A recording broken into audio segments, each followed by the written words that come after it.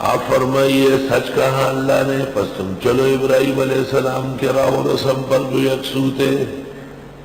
وما کان من المشرکین، اور حضرت مشرکین میں سے نہیں تھے۔ عجیب بات سنو، خاص کر طلباء توجہ کریں، رد یہود کا ہے اور نصارہ کا ہے، اور فرمائے وہ مشرک نہیں تھے، یعنی یہود و نصارہ میں قباحتوں کا مجموعہ کیا تھا شرک، اور یہود و نصارہ کے اندر جو 25 قبائح مذموم جمع ہیں، ان کے اندر سب سے اقباح فعل اور عقیدہ کیا تھا؟ شرک۔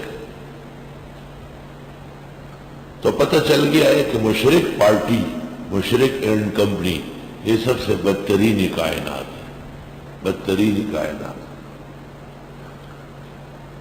اور جو حنیف ہو وہ مشرک نہ ہو، تو ان کو حنفی سمجھنا بھی امام ابو حنیفہ اور احناف کے ساتھ ناانصافی ہے،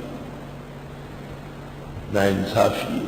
اور یہ حنفی نہیں ہے، یہ مزعومہ عقائد اور اعمال میں غیر مقلد ہے، اس لیے غیر اللہ سے مانگنے میں ان کا کون امام ہے سوائے ابلیس کے۔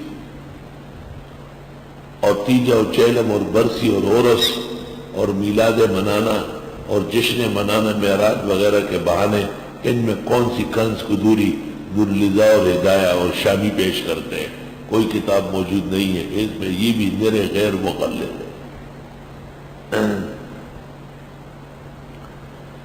بدعتیوں کو احناف سمجھنا اور سنی سمجھنا یہ اتنا ظلم ہے جیسے مرزائیوں کو کوئی احمدی مسلمان سمجھے۔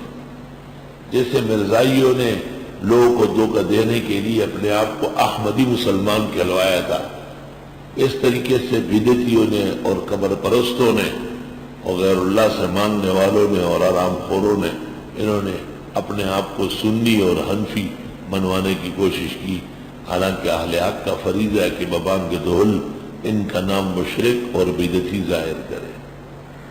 وما کان من المشرکین، وہ ابراہیم علیہ السلام چونکہ حنیف تھے اس لیے مشرکین میں سے نہیں ہو سکتے، اور یہ مشرکین ہیں تو حنفیہ نہیں۔